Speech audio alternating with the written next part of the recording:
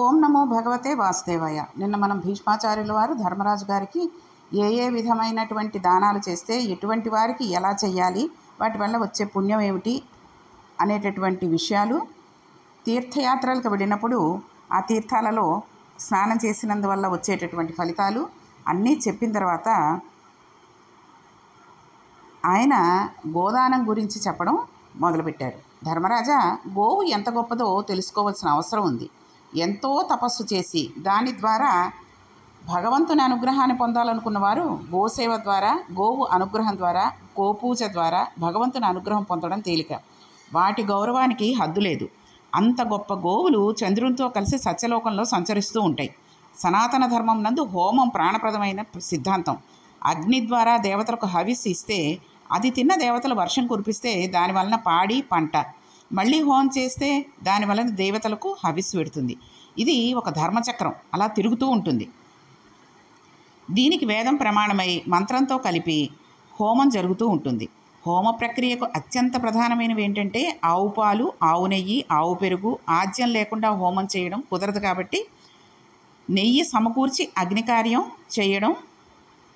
అందువలన ధర్మచక్రం తిరగడానికి ఆవు ప్రధాన కారణం అయి ఉంది. హోమాలకి కావలసినవన్నీ సమకూరుస్తూ ఆవులు తమ శరీరంలో ఉన్న అంగ ప్రత్యంగాల ద్వారా, వాటి ధాతువుల ద్వారా ఎంతో ఉపకారం చేస్తున్నాయి. ఆవు శరీరం తనంత తాను పడిపోయిన తర్వాత ఆవు తోలుతో మృదంగాది వాద్య పరికరాలు నిర్మిస్తారు. అవి రాజోపచారాలలో వాయిస్తారు. ఆవు మరణించిన తర్వాత శరీరంలో నుంచి గోరోచనాన్ని తీస్తారు. అది చిన్న నల్లపూసంత ఉండే దానిని ప్రత్యేకించి శివపూజలో వాడుతూ ఉంటారు.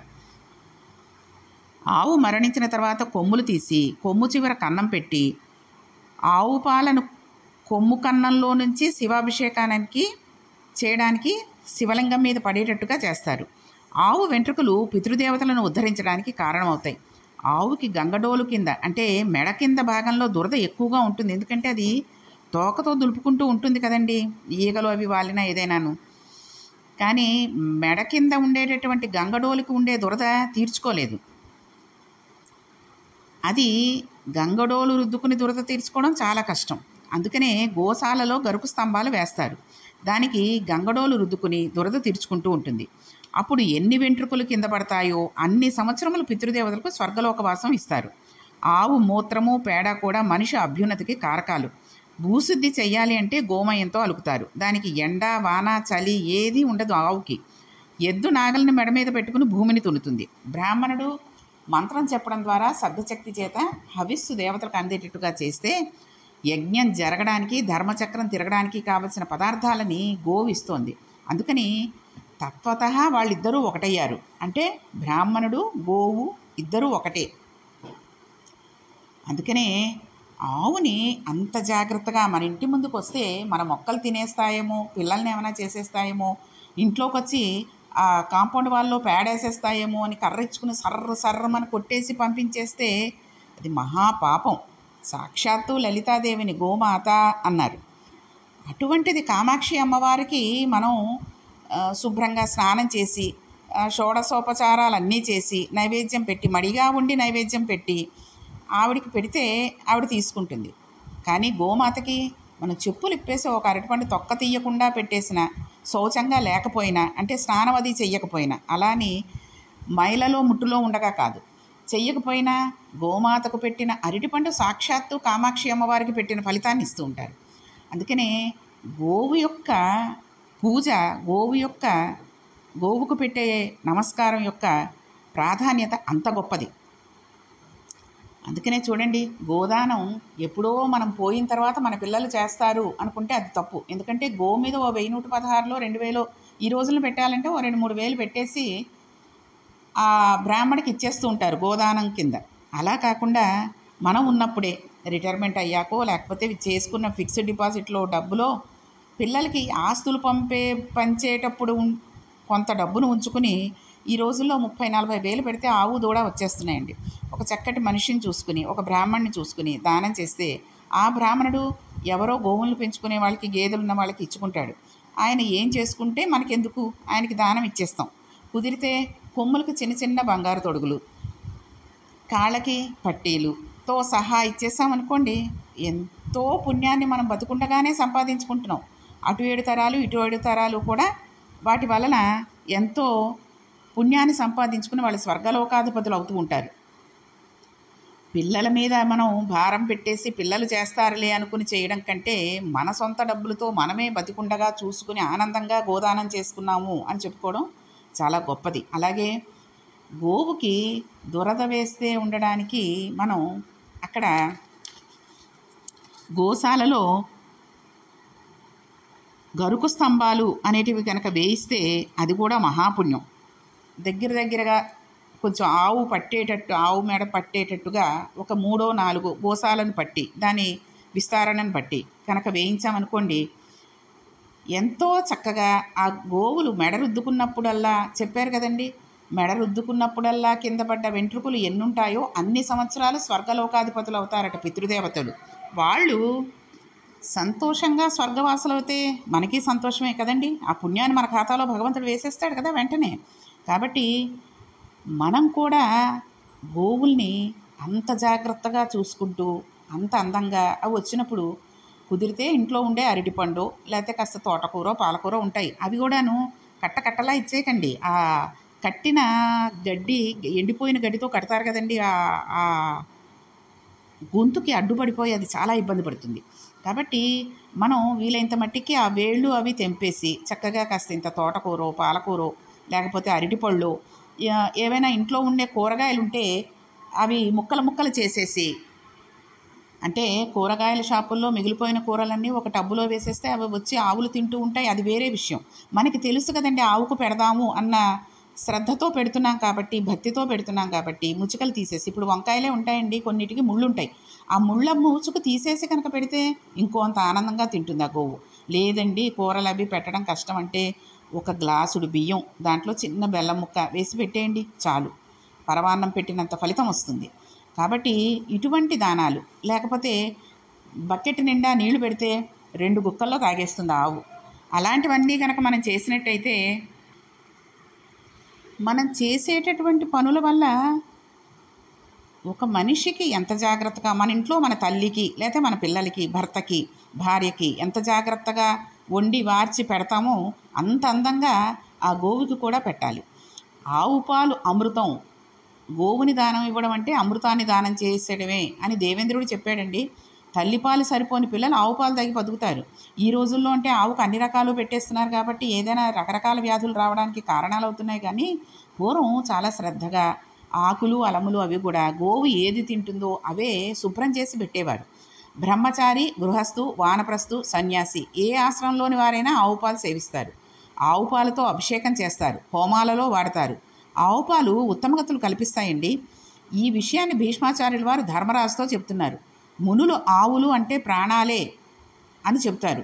పాలు సమీకృత ఆహారం, విశేషించి ఆవు పాలు సత్వగుణ ప్రధానాలు, గొప్ప బుద్ధి కారకాలు. అమాయకుడి దగ్గర నుంచి విద్వాంసుడి వరకు ఎవరి ప్రాణాలైనా ఒకటే కాబట్టి ప్రాణాలను నిలబెట్టగలిగిన శక్తి ఆవు పాలకు ఉంది. కాబట్టి గోవుని దానం చేస్తే ప్రాణాలను దానం చేసినట్టే, గోవుని దానం చేస్తే అమృతాన్ని దానం చేసినట్టే. కాబట్టి భీష్ముడు గోవుని దానం చేసేటప్పుడు ఈ విషయాలన్నీ చెబుతూ కొంతమందికి ఈ ఆవుని దానం చెయ్యకూడదు అనే విషయాన్ని కూడా చెప్తున్నారు. క్రూరునకు నాస్తికునకు దురారంభమునకిచ్చినంబర దుఃఖమును గూరును గోవది దాతను నారకింజేయు పరీక్షణము గడవలయున్ అన్నారు. అంటే గోవుని దానం చేసేటప్పుడు చాలా జాగ్రత్త తీసుకోవాలండి. క్రూరమైన మనస్తత్వం కలిగిన వారికి ఆవుని ఇస్తే దానిని కొట్టడం, వేధించడం లాంటి పనులు చేస్తే ఆ పాత్రుడికి అంటే ఆ తీసుకున్నవాడికి ఎవరికైతే ఇచ్చామో ఆ ఇచ్చిన కారణం చేత ఆవు బాధపడితే ఎవరైతే దానం చేశారో వాడికే ఆ ఫలితం వస్తుంది. దుష్టబుద్ధితో పనులు చేసేవారికి ఇవ్వకూడదు.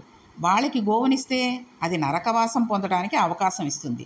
ఇటు 7 తరాలు అటు 7 తరాలు నరకానికి పోతాయి తప్పితే స్వర్గానికి పోవు. కాబట్టి చూసుకుని దాన్ని జాగ్రత్తగా భద్రంగా దాచుకుని చూసుకునే వాళ్ళకే ఇవ్వాలి. బాధపడే ప్రదేశాలకి గోవును దానం చెయ్యకూడదు. చాలా జాగ్రత్తగా చూసుకుని గోదానం చెయ్యాలి. అదీ కాక ఈ లోకంలో 3 గొప్ప దానాలు ఉన్నాయి. సరస్వతీను అంటే పేదవారిని చదివించడం. ఒకడు బాగా చదువుకుంటే అతడు ఎన్నో దీపాలను వెలిగిస్తాడు, ఎన్నో కుటుంబాలు నిలబడతాయి. అన్ని దానాలలోకి భూదానము, విద్యాదానము, గోదానము ఈ మూడు కూడా చాలా గొప్ప దానాలు. గోవుల విషయంలో జరిగిన ఒక అద్భుతమైన విషయాన్ని భీష్మాచార్యుల వారు ధర్మరాజుకి చెబుతున్నారు. విద్యాదానం అంటే మనం చేయగలం, భూదానం అంటే చాలా ఆస్తిపరులు ఉన్నవాళ్ళు చెయ్యొచ్చు, గోదానం కూడా మనం మామూలు ఏమంటారు మిడిల్ క్లాస్ ఫ్యామిలీ అంటారు చూసారా, వాళ్ళు కూడా చెయ్యొచ్చు, తప్పులేదు. చెయ్యలేము అనేటటువంటి బాధను మాత్రం పెట్టుకోకండి. ఎందుకంటే బయటకు వెళ్ళొస్తేనండి 2000 3000 అయిపోతున్నాయి. ఓ రెస్టారెంట్కి వెళ్ళి, ఓ సినిమాకి వెళ్ళి, లేదా బజార్లోకి వెళ్ళి కాసిన బట్టలు మంచివి పండక్కి కొనుక్కొని తీసుకురావాలి అంటే 4-5 వేలు. ఒక కుటుంబంలో భార్యాభర్త 2 పిల్లలు, మనిషికి 2000 చొప్పున వేసుకున్నా 8000 అయిపోతాయి. అందుకనే ఒక పండక్కి బట్టలు కొనుక్కున్నాము అనుకునే సంవత్సరానికి ఒకసారి మనం గనక ఒక 8000 10,000 గనక దాస్తే ఒక 5-6 సంవత్సరాలలో మనం కూడబెట్టుకునే డబ్బు 60,000 దాకా ఉంటుంది, 50-60,000 దాకా. దానికి మనం ఎవరినైనా పిలుచుకుంటే భోజనానికనో లేకపోతే వస్త్రాలు ఇవ్వడము, దానం చేయడము, ఆ ఇచ్చిన వాళ్ళకి గోదానంతో పాటు గోవు మీద పంచా కండువా చీరా జాకెట్టు కూడా పెట్టి ఇవ్వడము, ఇంకా మిగిలినవేవో చిన్న చిన్న దానాలకి కొంత డబ్బు అవుతుందంటే ఇంకొక 10,000 పెట్టుకున్న చక్కగా మనం ఉద్యోగం వచ్చిన దగ్గర నుంచి దాచుకుంటే సంవత్సరానికి 8,000 10,000 అన్నది పెద్ద విషయమేం కాదండి ఈ రోజుల్లో ఉద్యోగస్తులకి. కాబట్టి ఒక చిన్న మనం త్యాగం చేస్తున్నాము అనుకోండి, పోనీ త్యాగమే భగవంతుడికి చేస్తున్నాం అనుకోకండి, త్యాగం చేసుకుని మన గొప్ప కోసం మన పుణ్యం కోసం మనం ఆ డబ్బును దాచుకుని గోదానం చేయగలుగుతాము అనుకుంటే అది మనకే కదండి. కాబట్టి అటువంటి డబ్బుని దాచుకొని ఒక పండక్కి బట్టలు కొనుక్కోకుండాను, ఎందుకంటే తిండి మానేయమని చెప్పలేం, బయటకి వెళ్ళడానికి ఎప్పుడో ఒకసారి నెలకోసారి వెళ్ళేటటువంటి బయట పనులు కూడా మానేసుకోమని చెప్పలేం. కాబట్టి బట్టలు కొనుక్కోవడంలో మాత్రమే మనం మినహాయింపు ఇచ్చుకోగలిగితే, ఎందుకంటే ఈ రోజుల్లో బయటకు వెడితే చాలు ఏవో ఒక బట్టలు కొనేసుకుంటున్నారు. ఆ బట్టలు కొనుక్కునేటట్టు చెప్పులు ఒకటండి, చెప్పులు కూడా రకరకాల చెప్పులు ఒక్కొక్కళ్ళ ఇళ్ళల్లో చూస్తూ ఉంటాను. ఉండేది 2 మనుషులు, భార్యాభర్త, ఓ చిన్న పిల్లవాడు. చెప్పులు ఉంటాయి ఒక 10 రకాల ఆ పిల్లకి, ఓ 10 రకాల ఆ భర్తకి భార్యకి ఉంటూ ఉంటాయి. అన్ని రకాల చెప్పులు, ఇది బయటకు వెళ్ళేటప్పుడు, ఇది ఇంట్లో వాడేటప్పుడు, ఇది ఎక్కడికి వెళ్ళేటప్పుడు, ఇది ఇక్కడికి వెళ్ళేటప్పుడు ఎన్నో రకాలు. పోనీ పాడైపోయినవి తీసేస్తారా? తీయరు. ఆ చెప్పులు కూడా ఏం తక్కువ ఉండవండి, 1000 రూపాయల దాకా ఉంటాయి. అలాంటివన్నీ కొనుక్కొని చేసే బదులు మనం పుణ్యం సంపాదించుకొని మన ఏటు తరాల వాళ్ళని ఇటు వాళ్ళని అటు వాళ్ళని కూడా స్వర్గాధిపతులను చేయడానికి, రేపొద్దున మనం కూడా మోక్షాన్ని పొంది స్వర్గానికి వెళ్ళడానికి ఈ ఒక్క చిన్న త్యాగం చెయ్యండి. బట్టలు కొనుక్కోవడం ఒక్క పండక్కి ఆపేయండి. ఇంటిలిపాది కొనుక్కోకుండా ఇంట్లో ఉన్నవి ఎవరో ఒకళ్ళు పెట్టినవి కూడా ఉంటూనే ఉంటాయి, అవే కట్టుకోండి. లేకపోతే పిల్లలకి అటువంటి బట్టలు ఏమైనా ఉంటే దాచి ఆ బట్టలు పండక్కి వేయండి. వాళ్ళు కొంచెం సర్దుకోవడం కష్టం చిన్నపిల్లలైతే. పెద్దవాళ్ళైతే కొంత వయసు వచ్చాక, ఈ రోజుల్లో చెప్పాలంటేనండి చాలా అదృష్టవంతులైన తల్లిదండ్రులు ఉంటే పిల్లలు కూడా వింటున్నారు. అలాగే అమ్మ నేను కట్టుకోను, నేను గోదానం చేయడానికి బట్టలు కొనుక్కోకుండా డబ్బులు దానికి జాగ్రత్తగా దాస్తాను అన్నట్టుగా చెప్పేటటువంటి పిల్లలు కూడా ఉన్నారు. కాబట్టి ఆ రకంగా మనం గోదానం మనం బతుకుండగానే చేసుకుంటే, చిన్నతనంలోనే చేసుకుంటే మరీ మంచిది కదండి, ఎప్పుడో రిటైర్ అయ్యాక వచ్చే డబ్బుల కోసం వెయిట్ చేయకుండా. కాబట్టి అటువంటి పనులు చేయిస్తే చాలా మంచిది. అందుకనే భీష్మాచార్యుల వారు ధర్మరాజు గారికి గోవు విషయంలో జరిగినటువంటి ఒక అద్భుతమైన విషయాన్ని చెబుతున్నారు. ఒకప్పుడు ఔద్దాలకుడు అనే ముని ఉండేవాడు. ఆయనకి నచికేతుడు అనే కుమారుడు ఉన్నాడు. ఒకరోజు ఔద్దాలకుడు నదికి వెళ్ళి స్నానం చేసి ఇంటికి తిరిగి వచ్చేశాడు. తర్వాత ఆయన తనకు సంబంధించిన దర్భలు, కమండలాలు, పువ్వులు అన్నీ నదీ తీరంలో మర్చిపోయి వచ్చానని జ్ఞాపకానికి వచ్చి కొడుకును పిలిచి, నదీ తీరంలో మరిచిపోయాను, ఆ వస్తువులను పట్టుకుని రమ్మన్నాడు. నచికేతుడు వెళ్ళి చూసి తిరిగి వచ్చి, తండ్రి, నదీ ప్రవాహంలో పొంగు వచ్చి నీరు ఒడ్డు మీదకు ప్రవహించి మీరు అక్కడ పెట్టిన వస్తువులు కొట్టుకుని పోయాయి అన్నాడు. మునికి కోపం వచ్చింది. అసలు నిజానికి ఇందులో కొడుకు దోషం ఏం లేదు కదండి. అయినా కోపం ఎంత వాటినారన్నా అయినా సరే, ఎంత వాళ్ళనైనా సరే అనరాని మాట అనిపించేస్తూ ఉంటుంది. అందుకే కోపం వచ్చినప్పుడు 10 నిమిషాలు ఆగండి, 10 లెక్క పెట్టుకోండి అంటారు. దాన్ని వెటకారంగా తీసేయడం కాదు. కోపంలో మాట జారితే అది అవతల వాళ్ళ మనసుని ముక్కలు చేసేస్తూ ఉంటుంది. కాబట్టి నదిలో కొట్టుకుపోయిన ఈ దర్భలు అవి వెళ్ళిపోతే కొడుకు దేశం ఏముంది, చూసి వచ్చి చెప్పాడు. కానీ ఈయన కోపం కొడుకు మీదకి వెళ్ళిపోయి కొడుకని కూడా చూడకుండా అన్నాడు, నువ్వు యమధర్మరాజును చూడమని శాపం ఇచ్చాడు. నా మీద దయ చూపించండి, నేనేం చేశాను అని వంగి నమస్కారం చేయబోతున్నాడు. అంత తపశ్శక్తి ఉన్న ముని వాక్కుకి వెంటనే కిందపడి మరణించాడు. పిల్లవాడు మరణించిన తర్వాత నేను మర్చిపోయి వచ్చి అవి నది పొంగి కొట్టుకుని పోతే వాడేం చేస్తాడు? నిష్కారణంగా కొడుకును శపించానని తండ్రి చాలా బాధపడి పశ్చాత్తాపాన్ని పొందాడు. ఒక పగలు ఒక రాత్రి శోకిస్తూనే ఉన్నాడు. ఇదే చేతులు కాలాక ఆకలి పట్టుకోవడం అంటారు. ఆ మరునాడు ఉదయం ఆశ్చర్యకరంగా నచికేతుడు తెలివి పొంది కళ్ళు తెరిచి నిద్ర నుంచి లేచిన వాడిలా లేచాడు. తండ్రి పరమానందాన్ని పొంది, నాయనా, అనరాని మాటను నిన్ను అనేశాను. నీ గురించి ఎంతో ఏడ్చాను. ఎక్కడికి వెళ్ళావు? ఏ పుణ్యలోకానికి వెళ్ళావు? ఎలా తిరిగి వచ్చావు? నువ్వు నా అదృష్ట విశేషం చేత తిరిగి వచ్చావు. నీ దగ్గర దివ్యమైన వాసన వస్తోంది. నువ్వు ఏవో దివ్యలోకాలను చూసి వచ్చావు.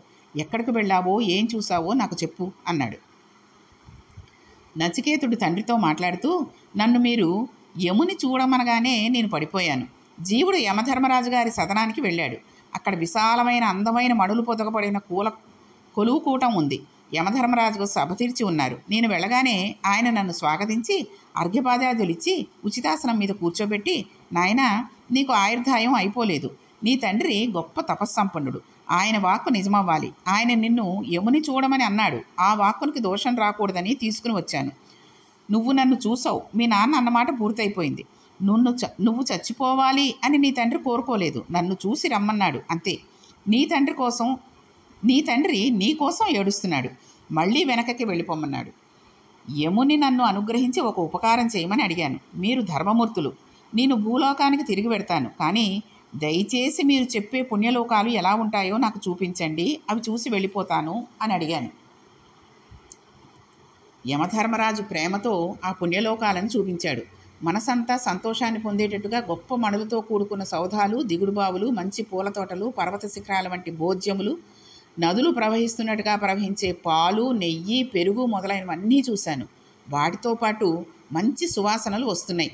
పూలదండలు, దివ్యమైన వస్త్రాలు, ఆభరణాలు, భోగించవలసిన వస్తువులు అక్కడ ఉన్నాయి. అవన్నీ చూసి ఆశ్చర్యపోయి, నేను యమధర్మరాజుని ఇవన్నీ ఏ పుణ్యం చేసే వారికి ఇస్తారు అని అడిగితే, ఆయన గోదానం చేసిన వారికి ఈ లోకాలను కలుగుతాయి అని చెప్పారు. కాబట్టి యోగ్యమైన అనుష్ఠానము, ప్రేమ, భక్తి, సంపద అన్నిటికన్నా కూడా గోదానం గొప్పది. మంత్రసహితంగా గోదానం చేసిన వారు అంత గొప్పవారవుతారని యమధర్మరాజు గారు నాకు చెప్పారు. నేను ఆయన పాదాలకు నమస్కరించి తిరిగి వచ్చాను. ఆ పుణ్యలోకాలలో తిరిగి వచ్చిన కారణం చేత నాకు ఈ సువాసన అబ్బిందని చెప్పాడు. కాబట్టి ధర్మరాజా,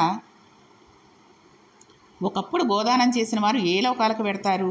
ఆ లోకాలకు ఉండే లక్షణాలను ఇంద్రుడు అడిగితే బ్రహ్మగారు చెప్పిన మాటలు నీకు చెబుతాను. గోలోకంలో కాలక్రమం క్షయం కాని పుణ్యంతో నివసిస్తారు.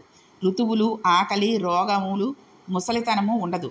ఆ లోకం నాశనమయ్యేది కాదు. అది ఎప్పుడూ ఆనందాన్ని ఇచ్చే లోకం. ఇక్కడ ఉన్నవి అక్కడ ఉండవు. కాలం కానీ దుఃఖం కానీ ఏమీ ఉండవు. అది గోదానం చేత ఇస్తారు.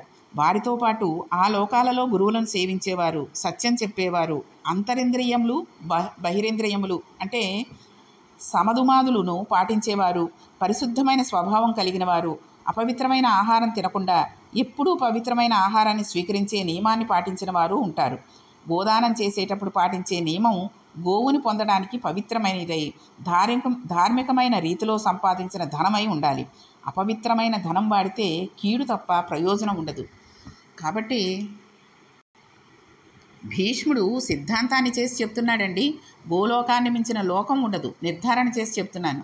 అన్ని దానాలలోకి గోదానం గొప్ప. అన్ని లోకాలలోకి గోలోకం గొప్ప. ధర్మరాజా, నువ్వు సందేహం పెట్టుకోవాల్సిన అవసరం లేదు. నువ్వు కూడా నిష్ఠతో గోవులను పూజించు. తగిన వారికి దానం చేయి. పుణ్యపురుషులు చరిత్రలు వినడం కూడా గోదానానికి సరిపోదు. ఆత్మోద్ధారణ కొరకు గోపూజ చెయ్యాలి. గోవుకు సంబంధించిన వైభవం లేని పురాణం లేదు. ఒకప్పుడు బృహస్పతి మాంధాతకు గోవులను ఎలా దానం చేయాలన్న విధానాలను చెప్పాడు. అవి నీకు చెబుతాను అన్నాడు.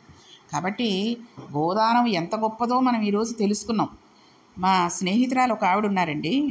ఆవిడ ఇలాగే భాగవతంలో గోదానం గురించి చెప్పినప్పుడు ఆవిడ ఫోన్ చేసి అడిగారు.